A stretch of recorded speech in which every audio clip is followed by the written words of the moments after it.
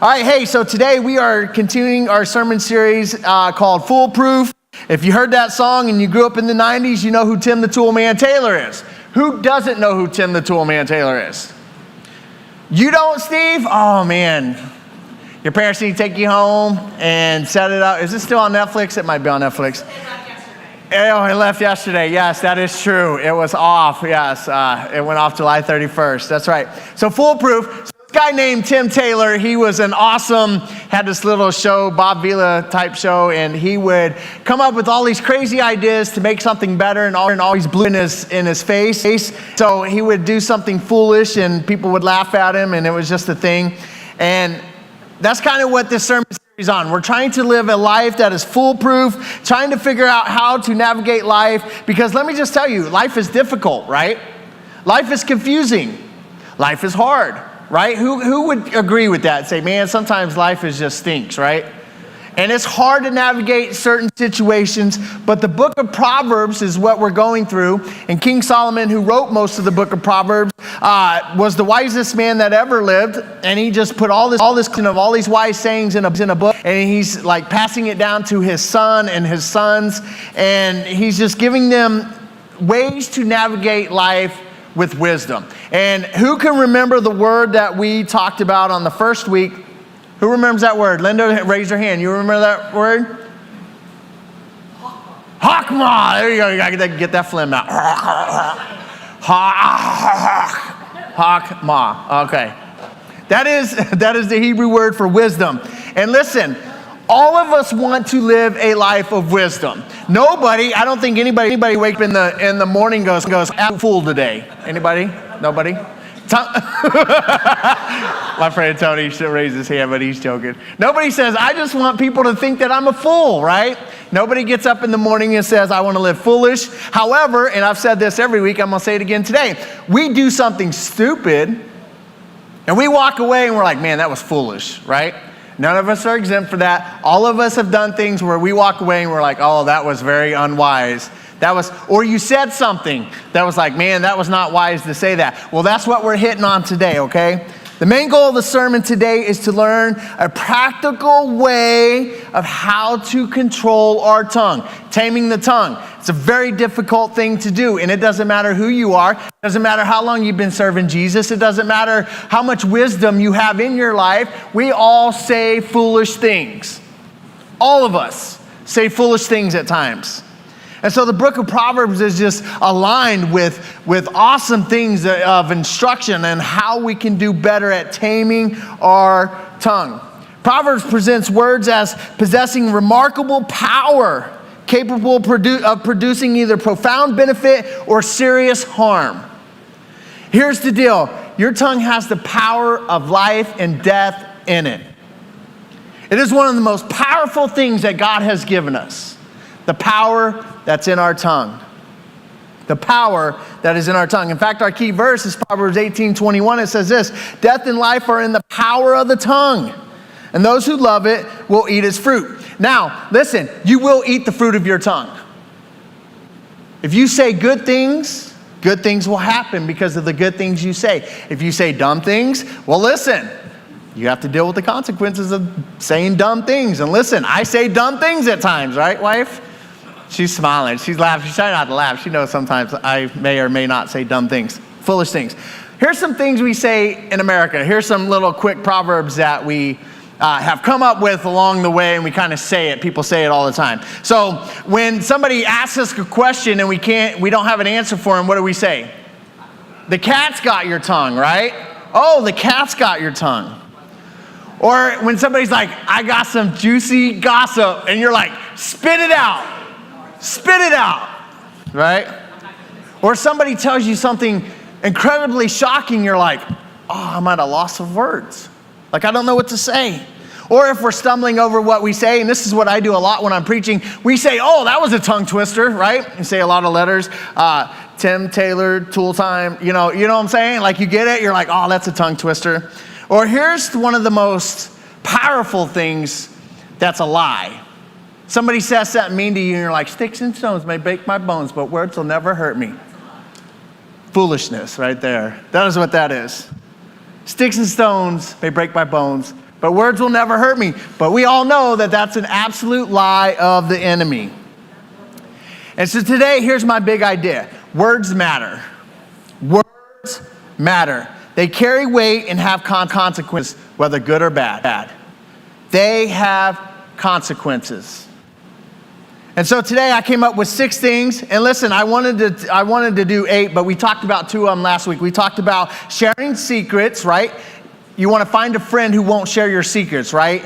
You want to make sure if you have a friend in life that you tell them something that you're like, hey, I'm somebody you can trust with your secret. I'm somebody that if you tell me something, you can have confidence in me that I'm not going to share it.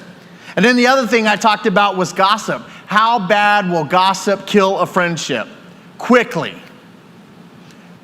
Gossip will kill a friendship quickly. And you're just like me. You don't like to be on the receiving end of gossip, right? You don't like people gossiping about you. So those 2 I wanted to hit on, but since we hit on them last week, and if you weren't here last week, well, you missed out, but you can go back and watch the sermon. It was good.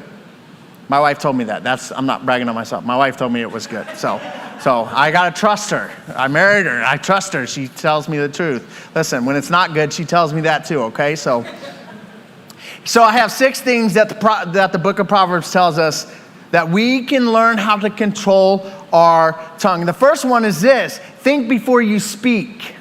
And I don't think I gave you a title for that. I didn't. Okay.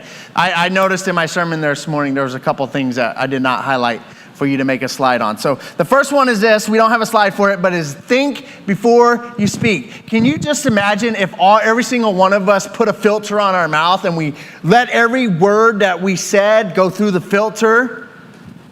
The psalmist even said, set a trap before my mouth, Lord.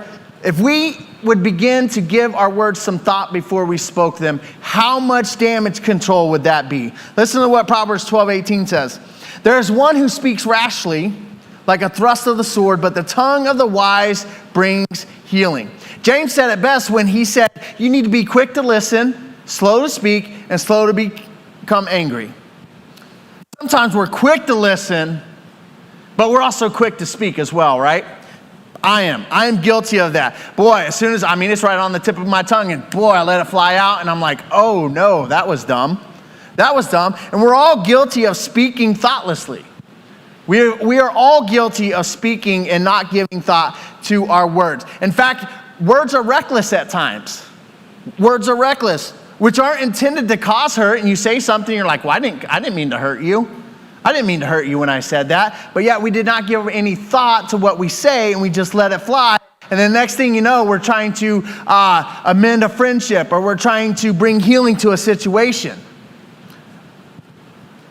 Words hurt. Words can hurt, and it can, in fact, cut somebody very, very deeply. And all of us have been cut deeply by words. Every single one of us. And when I say that, you're automatically thinking of probably a situation where like, oh, I remember when I was cut deep by that word from that individual, from that loved one, from my spouse, from my kid, from my parent. I remember those words. They cut deep. They cut deep. And in fact, they can cut so deep into our soul, they're like the thrust of a sword. And sometimes it's just better if we plead the fifth, right? We heard that famous saying this week, on the advice of counsel, I respectfully decline to answer based upon my rights under the Fifth Amendment to the Constitution, right? Anybody know what I'm talking about? All right, few people know what I'm talking about this week. How many times if we didn't answer, we just pled the fifth and was like, I don't need to say anything. I don't need to defend myself. I don't need to give an answer. Words spoken with wisdom have the power to heal. Words of encouragement and kindness can bring restoration and joy to a person who needs it. Psalm 57:4 says this, my soul is among lions. I must lie among those who devour, among the sons of mankind whose teeth are spears and arrows, and their tongue is like a sharp sword. Your tongue can be a sword at times if you're not careful. My second way to learn to tame our tongue is to respond gently, right? We always quote this, Proverbs 15:1. A gentle answer turns away wrath, but a harsh word stirs up anger. Not only what we say matters, but how we say it matters. Right? And all of you parents in the room have said this to your kids at one time or another. You better not use that tone with me. Right? We got some parents shaking their head. You better watch your tone. You better, what'd you say? Well, then they mumble it under their breath, right, as they walk away. Or how about this? You better check yourself, right? If you're ghetto like me, you told your kids before, you better check yourself before you wreck yourself, right? That's bringing back some 90s slang, sorry. All the young kids in the room are like, oh boy. Not only what we say matters, but how we say it, right? This is one of the most quoted proverbs in all of the book. Of the entire book, we say this often. A gentle response can diffuse a potentially explosive situation. It's like pouring oil over and soothing the pain of a wound. A gentle response will diffuse that anger, while harsh words will ignite it. A right cause will be better pleaded with meekness than with passion. Nothing stirs up anger like grievous words. A harsh response is like taking the gloves off in a hockey match. It means you're ready to fight, right? And all of you parents, your kids got an attitude with you. I'm just speaking to my son. I ain't speaking to nobody else. Your kids get an attitude with you and you're like, boy, you're ready to take them gloves off. Ready to put that boy in check. He's not here, so I can pick on him. So he's in Kansas City this week. But I'll pick on him anyways. He's not here. I'd pick on him if he was here, right? Candy's like, move on. All right. Listen, how you respond in a situation and the tone you use matters. A gentle response can pour water on a flame. But if you respond in the wrong tone or the wrong way, boy, it's like pouring gasoline on a fire. And nobody wants to stand next to a fire and pour gasoline on it. I'm going to tell you a story really quick. Gasoline's dangerous, okay? Kids, don't play with fire. Don't play with fire. Me and my brother were in the garage one time. We were little. We were 8 or 9 playing with fire in the garage. This is smart, right? And so we light our pumpkins on fire. Anybody ever do that? Nobody's ever done that? All right, so Halloween's over. We pour some gasoline on the pumpkins and we lit them on fire. And then my brother takes this gas can and starts to pour gasoline on an already lit fire. Well, you already know what happens, right? Whoosh. And then he drops the gas can, right? And the next thing you know, the whole garage is on fire and the fire department shows up. So listen, a harsh word is like pouring gasoline on a fire. It's dangerous. You would think that taught us not to play with fire, but it did not. But we did get blistered by my mom. She put us over that edge of that couch. It was bad. A harsh response is bad. It's like gasoline, pouring gasoline on a fire. Respond gently. Listen to Colossians. The Apostle Paul says this in Colossians 4 and 6. He says, your speech must always be with grace, as though seasoned with salt, so that you will know how you should respond to each person. And I love seasoned salt. I love seasoned salt. I put it on my burgers. I put it on my steak. My wife's like, you need to get more spices in the cabinet. No, seasoned salt.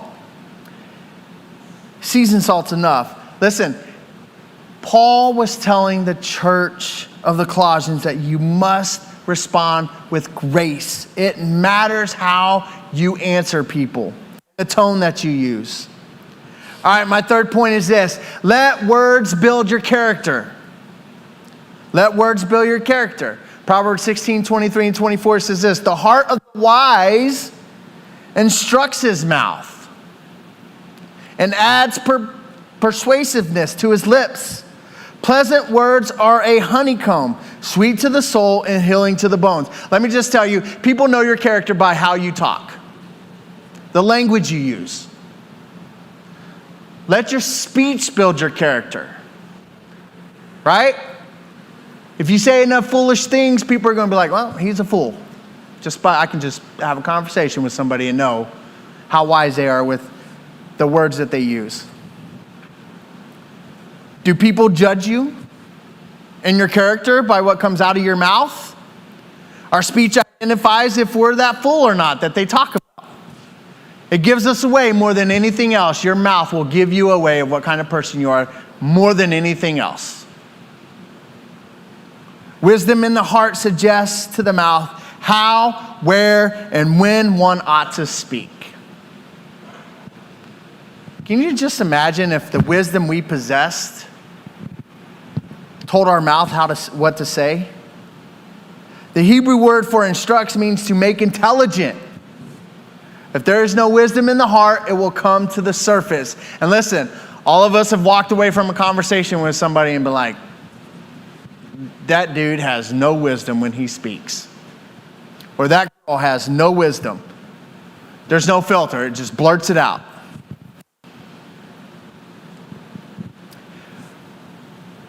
Beekeepers will tell you how important the honeycomb is. I have a cousin. Her husband's a beekeeper. His name's Steve, ironically, just like me. And so he produces honey, and it's called Steve's Bees, right? It's a whole thing. It's a whole joke among the family. Steve's Bees. But he loves his bees. They're so important to him because he has a business. He sells honey, right? He knows how important the honeycomb is. And to the beekeeper, the honeycomb is pleasant. And just like that, pleasant words are important to your character. Just as important as that honeycomb is to the beekeeper, your words are to your character. The honey, which flows from the comb of its own accord and not pressed out, it's so delicate, and your words are so delicate. And the most pure thing that comes from the honeycomb is the honey. It's so pure. You don't even have to do nothing. You can eat it right out of the honeycomb, right? I mean, listen, if Winnie the Pooh thought honey was important, and I love honey. It's so good for your body. I used to hate honey when I was a kid. I would eat honeycomb. That's about it. But honey is so important, right? We drink tea at night, me and my wife do, and we put honey in the tea. Anyways, I'll get back to it. But honey is so good for your body. So are the words that you speak. And when they're spoken with purity, it is so good for your body. Listen to Psalm 37 and 30. It says this: the mouth of the righteous utters wisdom, and the tongue speaks justice. Your words build your character. People know what kind of a person you are just by the conversations you have. Which leads me to my next point. Let your conversation be pleasing to the Lord. Proverbs 10, 20, and 21 says this: the tongue of the righteous is like choice silver. The heart of the wicked is worth very little. The lips of the righteous feed many, but the fools die for the lack of understanding. Conversations can get us in trouble. And if we don't guard our hearts, that we talked about a few weeks ago, you got to guard your heart. Above everything else, you've got to guard your heart. You've got to guard your heart. If we aren't guarding our lips, we quickly find ourselves in conversations we don't need to be having. Valuable conversations are like having the best silver to choose from. And many of us have found ourselves in a conversation from time to time, and then we walk away from that conversation was like, I should not have been part of that. I should not have been part of that. Or we tell a joke, and then afterwards we're like, ooh, I shouldn't have told that joke. Or I shouldn't have laughed at that joke. Last week I talked about choosing friends that make you better. Be a person that people will gain from when they're in a conversation with you. The wicked will leave you with very little worth after the departure of a conversation with them. The lips of the righteous are full of wisdom, opposed to the fools' want for wisdom, and therefore shows up in their speech. The righteous feeds others, and therefore will pour into your life with the things that they have to say. Man, Jesus talked about the words that we say. He talked about it often. And in fact, he's having a conversation with the Pharisees, and he says this in Matthew 12, "You offspring of vipers, how can you, being evil, express any good things? For the mouth speaks from which what fills the heart. The good person brings out of his good treasure good things, and the evil brings out of his evil treasure evil things. I think I spelled that. Listen, if you're a godly person, be involved with godly conversations. Be involved with conversations that are pleasing to Jesus. Walk away. Sometimes the easiest thing to do is to walk away, and sometimes it's the hardest thing to do. But I know, not now because I work with all pastors, but there's many times when I worked at the city, I was like, I had to remove myself from a situation when I just have to remove myself from a conversation. I'm like, there's nothing good that's going to come from this conversation. And how often do we find ourselves being parts of conversations where it's like, oh man, like you walk away from it and you're like, man, the Lord was not pleased in that conversation with what I had to say or what I was partaking in. I have two more for you. The next one is be an encouragement. Proverbs 15:4, a soothing tongue is the tree of life, but perversion is in it crushes the spirit. A soothing tongue is sound in itself. It's healthful and helpful to others by its knowledge, its prudence, its sincerity. Speech framed to be a blessing. Not only is it medicine for the mind, but it's a remedy for the crushed in spirit. A tree of life gives the word picture of a tree that is healthy, not only for itself, but it gives life to so many other things. Just as a tree gives life to other things, an encouraging tongue does the same. If a tree is dead, what do you do with it? You cut it down and you throw it into the fire. That's all dead wood is good for. It's good for the fire. But think about a good, healthy tree. Not only does it give oxygen for us to breathe, but it's good for the soil. The fruit that it bears is food for not only us, but for animals. A good tree produces more life than just life for itself. But a dead tree does not.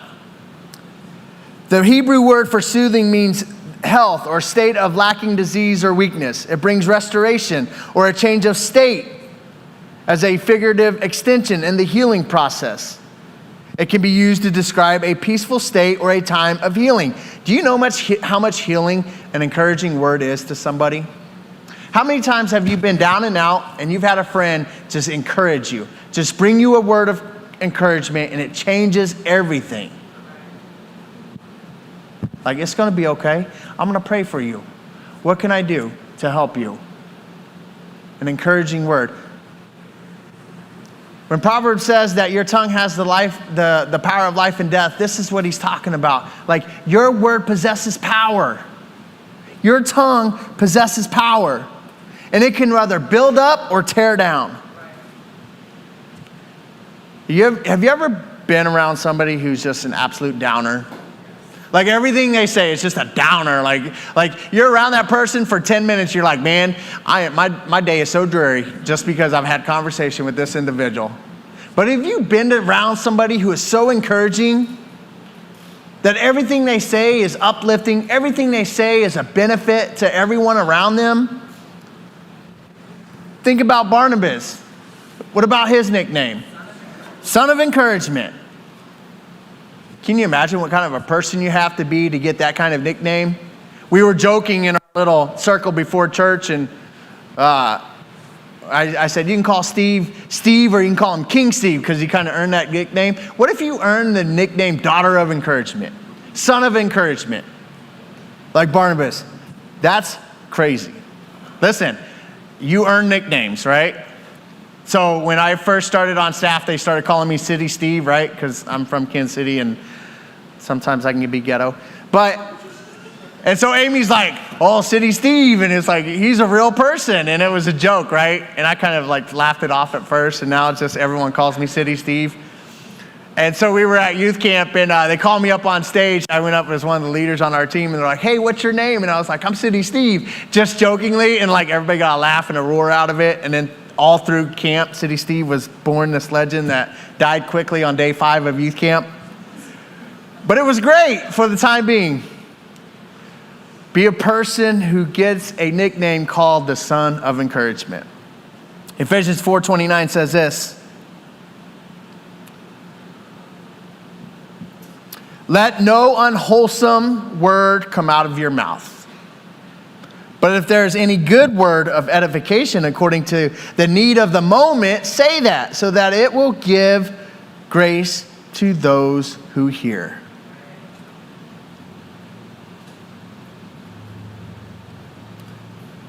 Does your words build up, or do they just tear down? Nobody wants to be around Debbie Downer or Donnie Downer. Huh? Not Debbie. Yeah, we have a Debbie in there, but you understand where I'm coming from. She didn't. Just being a person that is encouraging and uplifting. And my last point is this. Tell the truth. Just tell the truth. Be somebody that tells the truth. Proverbs 12:19 says this, a lip of truth endures forever, but a tongue of deception lasts only for a moment. Have you ever met somebody where their whole character is just, they're a liar? Like everything they say is just a lie? 10%. You start calling them 10% because you can only believe 10% of what they say.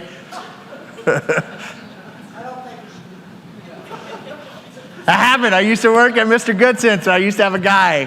His name was Brian.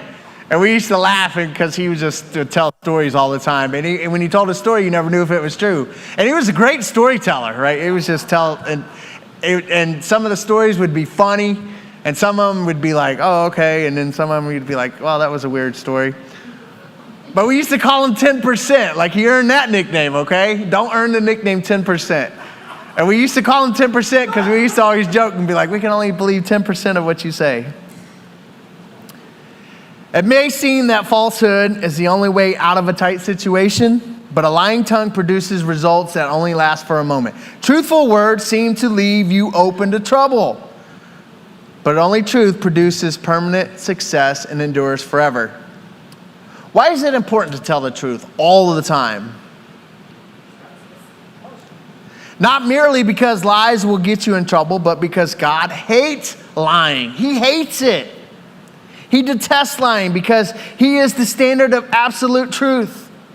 Because his nature is truth, he commands truth for his people. In fact, it's so important, he put it as one of the 10 commandments.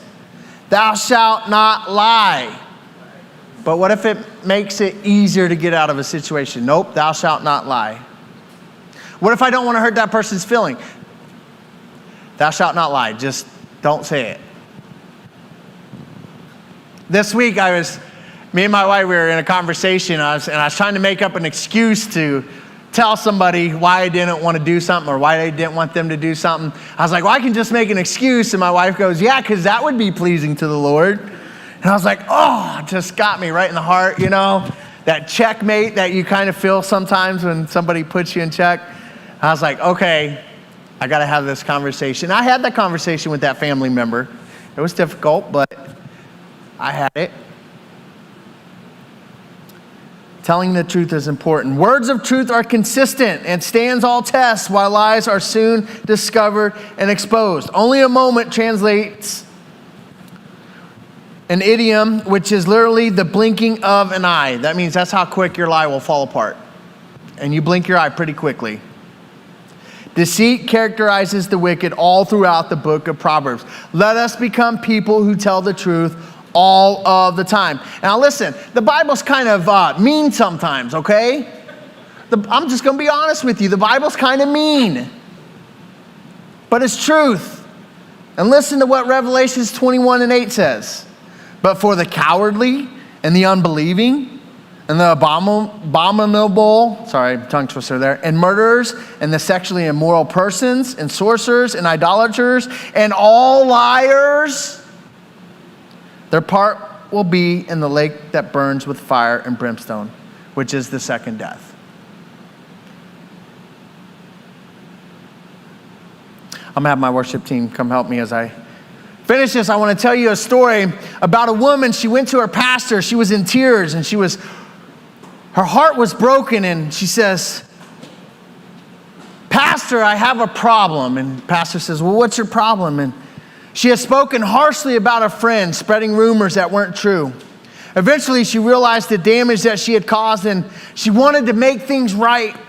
And she said, Pastor, I've said some things that I shouldn't have said. And now I can't make things right with that person. They're mad at me. They're angry. They won't talk to me. And the pastor handed her a feather pillow full of feathers and said, go to the top of the hill, cut this pillow open, and let the feathers blow into the wind. She thought that was a strange thing for her pastor to tell her, so she said, okay. She went to the top of the hill. She cut the pillow open. She shook it out and let all the feathers scatter in every direction. She came back to her pastor and she said, okay, I did what you said. Now what? He said, now go and gather every feather and put them back into the pillow. Well, that's impossible. Like, I can't do that. I don't even know where they're all at. The winds carried them everywhere. Her pastor told her gently and said, so is it with our words. Once they leave our mouths, we can ask for forgiveness, but we can't take them back. They're effective after they are spoken. You see, our words are powerful. And we can never fully retrieve careless, angry, or hurtful speech once it's left our mouth. Once it's released, it's like the wind will carry it whichever way. That's why wisdom teaches us to think before we speak. And let me just tell you, you have the Holy Spirit living inside of you that gives you the word, wisdom and the discernment of what to say and when to say it. Everyone should be quick to listen, slow to speak, and slow to become angry. So before your words leave your mouth, they're your servant. But after they leave your mouth, they become your master. I'll say that again. Before your words leave your mouth, they're your servant. But after they leave your mouth, they become your master. Here's my conclusion for today. Every word you speak is planting seeds. And every conversation is either giving life or spreading death. Now, the amazing thing about our tongue is they reveal what's really happening in our heart. What's inside, what's buried, right? Talked about a couple of weeks ago. Watch your heart diligently. Guard your heart above all things, because whatever gets in our heart comes to the surface. So if our words are filled with anger or bitterness or gossip or deceit, the problem really isn't our tongue, it's our heart. The good news is that God doesn't want to clean up our vocabulary. He wants to transform our hearts. When Christ changes the heart, he changes the speech. A wise heart produces wise words. A spirit-filled life produces grace-filled conversations. So before you speak this week, ask yourself these 3 questions. Is it true? Is it necessary? And is it loving? If the answer is no to any of those questions, wisdom says it probably doesn't need to be said.